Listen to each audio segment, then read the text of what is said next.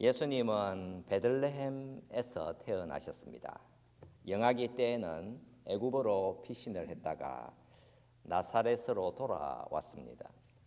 갈릴리 지방의 나사렛이라고 하는 작은 동네에서 살게 되었는데 이때의 나이는 대략 3세였고 공생의 사역을 시작하기 전까지 대략 29세까지는 나사렛에서 살았습니다. 당시 나사렛을 연구하던 학자들에 따르면 나사렛이라는 곳에는 아주 작은 농촌 마을이었고 당시의 인구를 대략 200명에서 500명 정도로 보고 있습니다. 예수님은 어린 시절과 청년 시절을 이곳에서 보냈기에 마을 사람들이라면 예수님과 그의 가족들에 대해서 너무나도 잘 알고 있었던 것입니다. 본문의 말씀을 보면 예수님이 비유의 말씀을 전한 후에 고향으로 가셨다고 합니다. 가서 그곳의 회당에서 가르치셨는데 마을 사람들의 반응이 나왔습니다. 늘 예수님과 예수님의 가족을 보았던 사람들이었습니다. 이 사람의 이 지혜와 이런 능력이 어디서 났느냐? 이는 그 목수의 아들이 아니냐? 그 어머니는 마리아, 그 형제들은 야고보, 요셉, 시몬, 유다라 하지 않느냐? 그 누이들은 다 우리와 함께 있지 아니하냐? 도대체 이 사람의 이 모든 것이 어디서 났느냐라고 반응을 했습니다. 그리고 이 반응은 곧바로 결과물을 내었는데 예수를 배척한지라 이렇게 말씀하고 있습니다. 배척했다라고 하는 것은 거부감을 가졌다는 것입니다. 나사렛 사람들은 예수님을 육신적으로 너무나도 잘 알고 있었기에 예수님의 지혜와 능력을 보고서도 믿지 못했습니다. 예수님의 가족조차 예수님을 가리켜서 그를 미쳤다라고 하면서 잡으러 오기도 했습니다. 우리는 흔히 나사렛 사람들이 예수를 배척한 이유가 그들이 뭔가 좀 더 특별히 악해서라고 생각합니다. 그러나 사실 그들이 걸려 넘어진 자리는 사실 너무나도 뼈아픈 자리이기도 합니다. 그들은 성경을 몰라서가 아니라 자신들이 가진 고정관념과 기대치에 이 예수님을 끼워 맞추려다가 실패했기 때문에 돌아선 것입니다. 우리가 하나님의 말씀을 듣고 그 말씀을 적용을 할 때에 이처럼 우리가 원하는 그런 방식대로만 보거나 적용하는 그런 오류를 우리가 범해서는 안 되는 것입니다. 내 입맛에 맞는 어떤 그런 구절들만 취사 선택하고 내 이성과 상식에 부합하는 예수만을 받아들이려는 그런 태도는 나사렛 사람들의 배척과 별로 다르지 않는 것입니다. 예수님이 고향에서 배척을 받으셨다라고 하는 것은 아주 작은 그림입니다. 좀 더 큰 그림을 그리게 되면 사도 요한이 예수님을 가리켜서 이렇게 말씀하고 있습니다. 자기 땅에 오매 자기 백성이 영접하지 아니하였다고 말입니다. 그러니까 고향에서 배척을 받으신 것은 이제 전 우주적으로 확장된다라고 하는 사실입니다. 예수님은 하나님의 독생자시다라는 사실은 분명히 복음의 영광을 드러내고 하나님의 신성을 증명하시는 것입니다. 예수님은 죄인들을 위하여서 스스로 낮아지시고 자신을 비우신 하나님이신 것입니다. 요한복음 1장에서 선포를 합니다. 영접하는 자, 곧 그 이름을 믿는 자들에게는 하나님의 자녀가 되는 권세를 주셨으니 이는 혈통으로나 육정으로나 사람의 뜻으로 나지 아니하고 오직 하나님께로부터 난 자들이니라. 여러분, 사실 그 어느 누구도 인간의 힘으로는 예수님을 알아보고 믿을 자가 없습니다. 하나님이 주신 자들만이 예수님을 믿을 수 있는 것입니다. 사실 이 본문의 말씀은 아주 작은 동네 나사렛에서 일어난 일이기는 하지만 하나님의 백성이라고 하는 이스라엘 전체가 다 걸려 넘어진 것이라고 할 수 있습니다. 유대인들은 다 주님을 배척했고 그를 떠났으며 결국에는 그를 십자가에 못 박아 죽여버렸습니다. 그러나 어떻습니까? 예수님을 배척하지 않고 정말 예수님을 자신들의 구주로 믿는 자들이 나왔습니다. 그들이 누구였습니까? 세리들에다가 죄인들에다가 창녀들이었습니다. 이스라엘 백성들마다 다들 자신들이 기대하고 상상하고 있던 그런 메시아상이 있었습니다. 우리 역시 육신의 눈으로 예수님을 바라보게 되면 예수님을 배척하게 되어 있습니다. 하나님이 우리에게 주신 복음이 무엇인가 이렇게 물어보게 되면 여러분, 이 복음이라고 하는 것은 사람의 선행이나 사람의 공로를 이끌어내기 위한 것이 아니라 이 복음은 오직 예수님의 십자가로 하나님의 뜻하심을 다 이루어내신 바로 그 예수님을 증거해 주는 복음인 것입니다. 사람의 눈에는 너무나도 미련하고 어리석어 보이는 예수님의 그 십자가가 바로 하나님의 구원의 능력임을 증거해 주는 것이 복음인데, 이 복음이라고 하는 것은 모든 면에서 배척을 만나게 되어 있다라고 말씀하고 있는 것입니다. 이 사실을 증거해 주는 것이 바로 이 본문의 말씀인 것이지요. 예수님은 거부당하신다는 것입니다. 본문 57절에서 말씀을 하지 않습니까? 예수를 배척한지라. 여러분, 배척하다라고 하는 말은 분노해야 한다, 불쾌해야 한다, 등을 돌린다라고 하는 의미입니다. 우리는 이 시대를 살면서 예수라는 이 복음을 어떻게 알고 적용하면서 우리가 살아가고 있는 것이겠습니까? 성탄절이라든가 어떤 부활절 이런 기독교 절기들을 만날 때마다 각 방송사들에서는 역사적인 예수가 누구인지를 재구성하려고 합니다. 학자들, 언론인들, 그리고 일반 사람들까지 모아서 예수가 걸어간 행적을 재구성하려고 애를 쓰게 됩니다.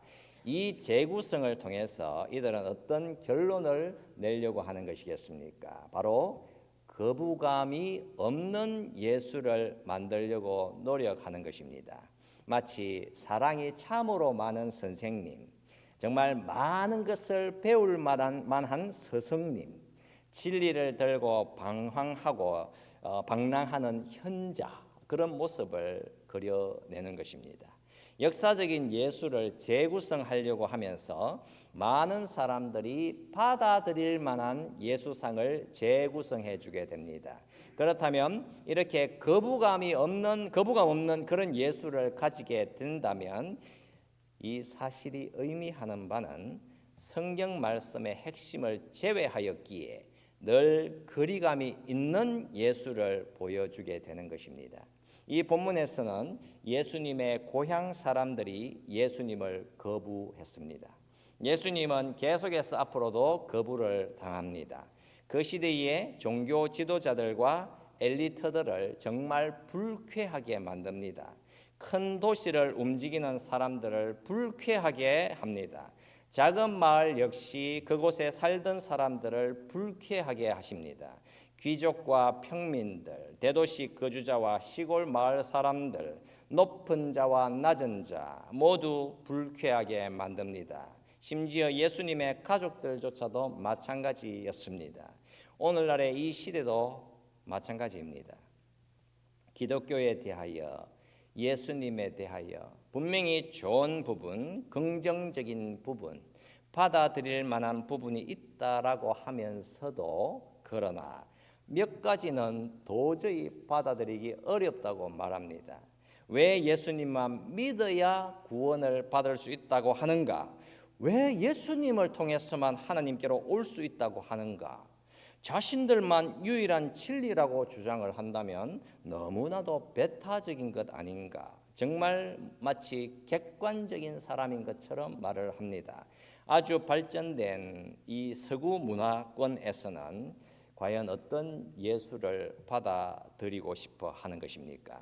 예수님이 소외된 자들을 찾으시고 죄인들과 창녀들과 세리들을 받아주시는 그런 모습을 보면서 이런 모습에 대해서 사람들의 마음이 상당히 훈훈해하기도 합니다. 그러나 그 예수님이 진리는 오직 하나이며 내가 바로 그 진리다. 반드시 나에게로 와야 하는 것이며 나를 믿어야 구원을 받는다라고 하면 그들은 즉각 그들의 뜻을 밝히는 것입니다.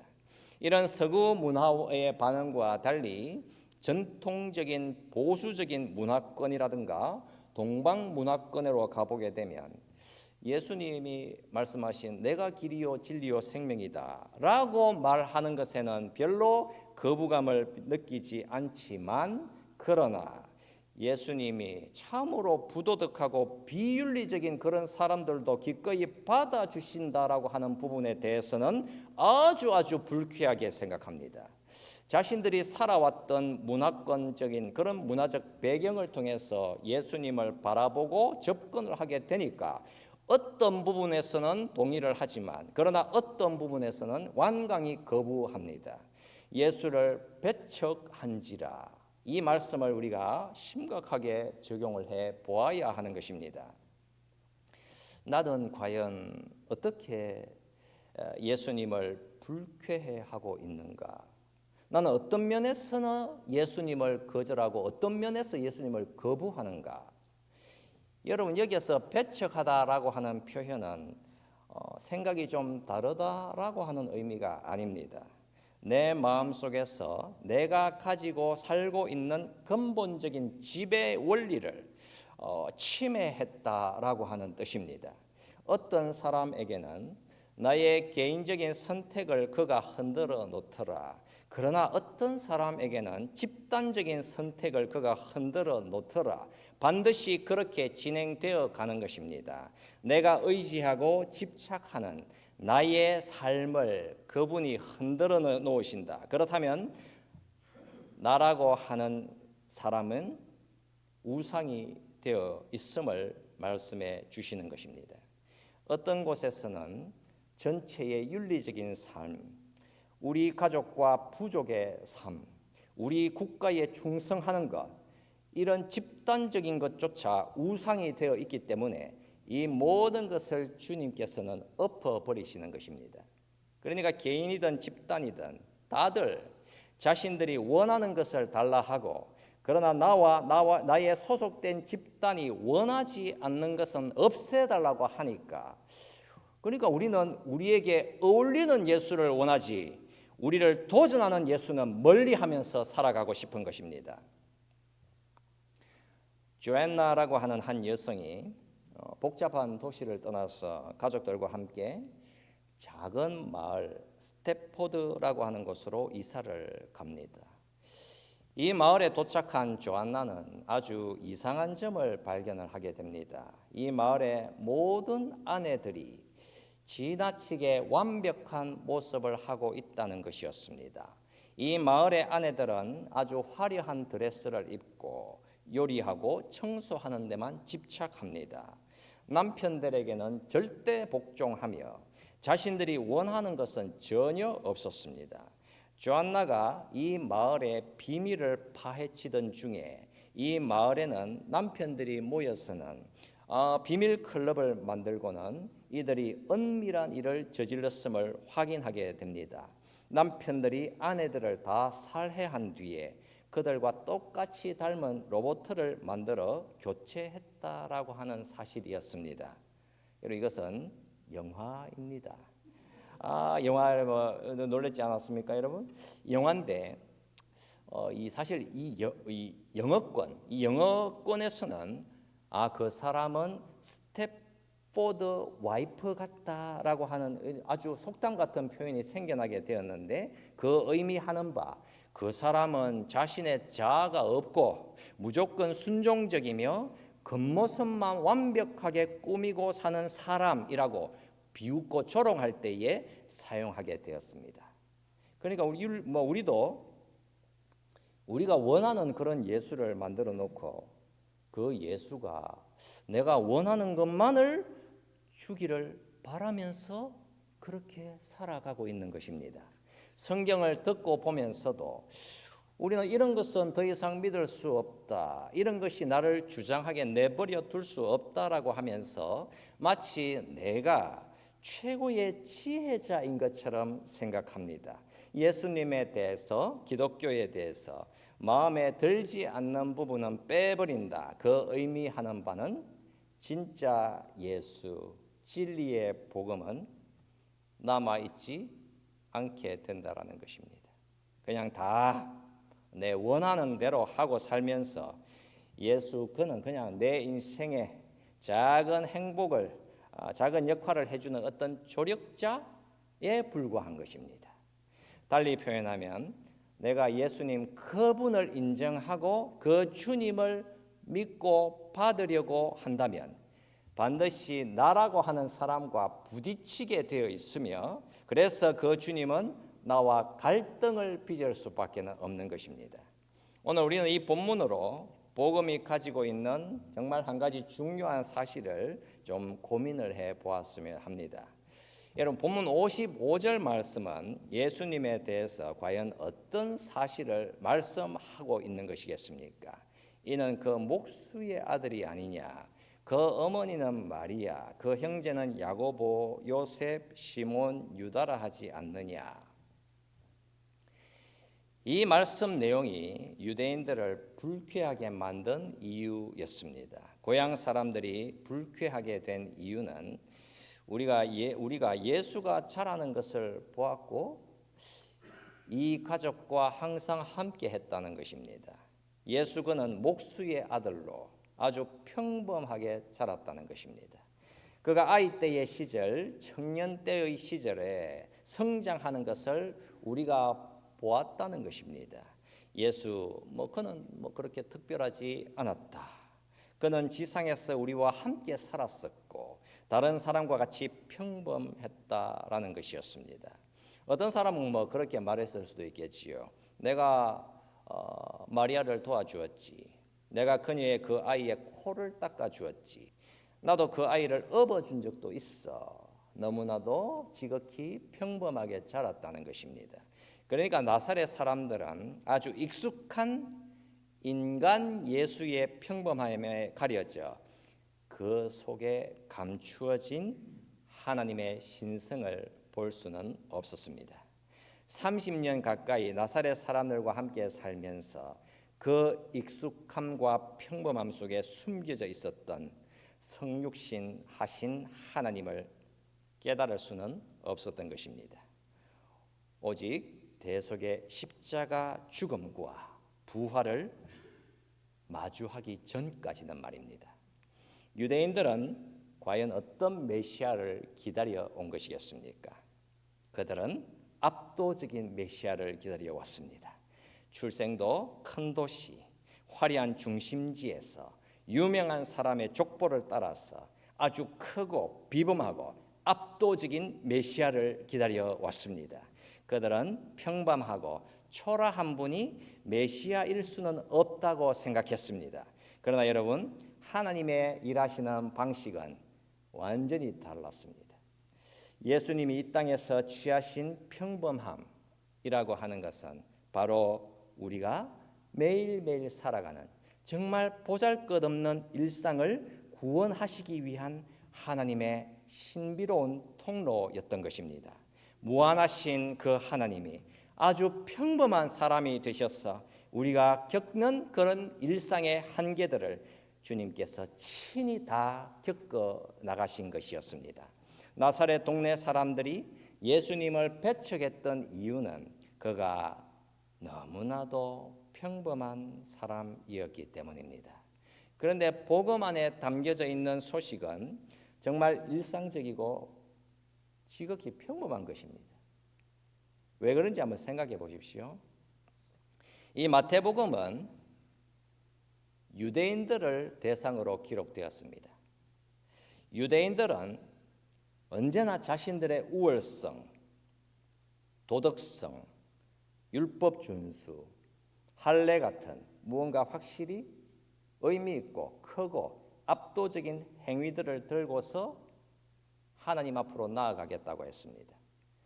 그러나 하나님께로 나아가는 유일한 길은 예수님의 일하심, 그러니까 지극히 평범해 보이는 그분의 삶과 죽음을 통해서만 가능한 것입니다. 그분이 이 땅에서 사람으로 사셨고 사람으로 죽으셨습니다. 그리고 이제 예수님이 사셨던 그 완벽한 평범함의 기록이 저와 여러분들의 기록이 되었으며 우리의 죄 많은 일상은 그분의 십자가로 넘어가는 아주 기이한 교환이 일어났습니다. 구약에서 나병에 걸린 나만 장군을 향하여서 요단강에 가서 씻으시오라고 했더니 나만 장군이 화를 막 내면서 발길을 돌리려고 했습니다. 그는 도대체 왜 화를 냈겠습니까? 그건 너무 쉬운 것 아니냐. 바보라도 하겠다.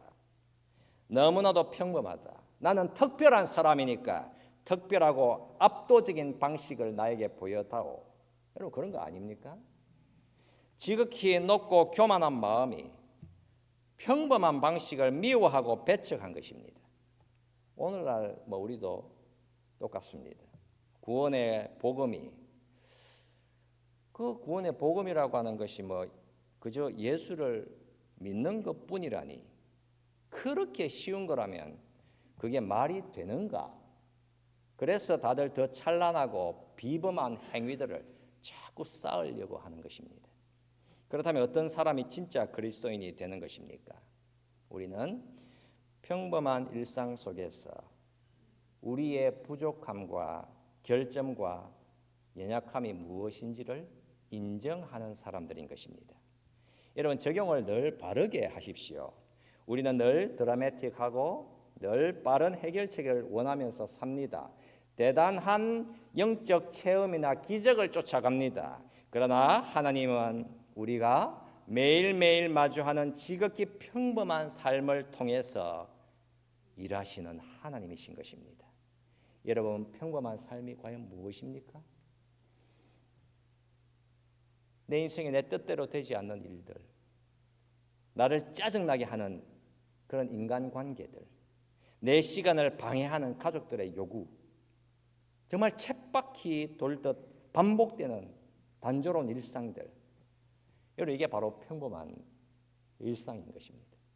나사렛 사람들이 예수님의 그 평범함을 보고 실족했듯이 우리 역시 지루하고 짜증나는 일상 속에 하나님이 어디 계시냐라고 낙심하고는 합니다. 그러나 주님이 나사렛의 평범함 속에 거하셨기에 이제 우리는 우리의 이 평범한 삶 가운데서 우리는 늘 주님을 대면해야 하는 것입니다.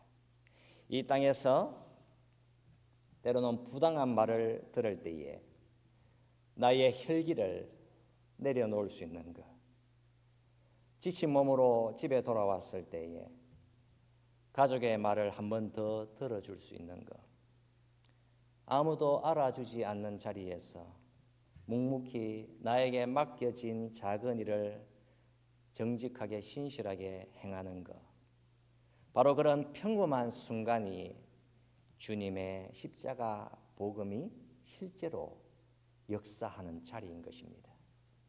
한 그리스도인이 예수님께 이런 시를 바쳤습니다.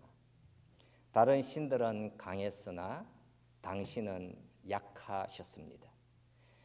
그들은 말을 탔으나 당신은 비틀거리며 보좌로 가셨습니다. 그래서 나는 은혜의 보좌로 기어갑니다. 이런 시입니다. 여러분 어떤 모습이 보입니까? 우리는 기어가는 것입니다. 멋지게 날아가거나 뛰어가지 못하고 하루하루 겨우겨우 버티면서 그렇게 기어가는 것입니다. 너무나도 평범하고 정말 초라하지 않습니까?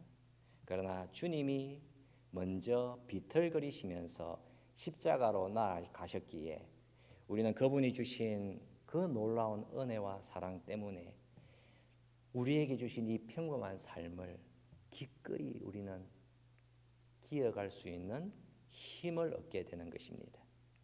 사탄은 언제나 성도들에게 실망감과 허탈감을 주입시켜 줍니다. 너의 일상을 좀 봐라. 복음이 너에게 눈에 보이는 대단한 것을 가져다 준 게 뭐가 있느냐? 그러니 네 힘과 너의 능력으로 위대한 것을 성취해내라고 그렇게 유혹하는 것입니다. 그러나 우리는 그런 유혹을 단호히 떨쳐버려야 합니다. 예수께서 내 곁으로 오시고 나를 대신하여 완전한 삶을 사셨고 마침내 우리를 위해서 십자가를 짊어지셨다라고 하는 이 복음의 사실을 나의 삶에 구체적으로 적용을 할 때에 우리는 정말 우리들의 보잘것없어 보이는 이런 평범함 속에서 세상이 줄 수 없는 놀라운 힘과 참된 능력을 얻게 되는 것입니다. 여러분, 나에게는 뭐 별것이 없어도, 심지어는 우리에게는 아무것도 없어도 내 평범한 삶 속에 그리스도의 그 십자가 지시기까지 나를 사랑하시는구나라는 사실을 우리는 너무나도 분명하게 보고 깨달으며 살고 있지 않습니까? 하나님이 주신 이 평범한 시간과 인생 속에서 뭔가 거창한 일을 꿈꾸는 것이 아니라 매일매일의 일상 가운데에서 숨겨져 있는 그 주님의 은혜를 우리가 늘 발견하고 그것을 매일매일 누리면서 살아가는 존귀한 주의 성도들 다 되실 수 있기를 예수 그리스도의 이름으로 축원드립니다. 아멘. 살아계신 우리 하나님 감사드립니다. 이렇게 단조롭고 평범한 인생 가운데에 우리 하나님께서 주신 그 복음의 영광과 구원의 능력이 얼마나 강력하게 흘러가고 있는지 하나님 우리의 영의 눈을 열어 주시옵소서. 하나님 우리가 보잘것없었다 할지라도 하나님이 우리를 존귀하게 여기시고 십자가를 우리에게 주시기까지 우리를 사랑하신 그 놀라운 주의 사랑을 깨달아 우리에게 주신 삶을 이 평범한 삶 속에서 감사함으로 인내함으로 절제함으로 사랑함으로 하나님 겸손히 주를 섬기며 이 땅을 믿음으로 살게 하여 주옵소서. 하나님 사랑하는 성도들을 붙드시고 하나님 강건케 하여 주옵소서. 하나님 답답한 육신과 심령을 돌보시고 늘 주님을 의지하며 힘을 얻게 하여 주옵소서. 하나님 우리가 하나님의 임재하심 앞에 예배드릴 때에 우리의 심령의 고백과 눈물과 헌신과 시간과 물질과 우리의 생각과 삶을 하나님 앞에 다 드릴 수 있기를 원합니다. 하나님 우리를 기쁘시게 사용하여 주시고 우리를 복음의 통로가 되게 하옵소서.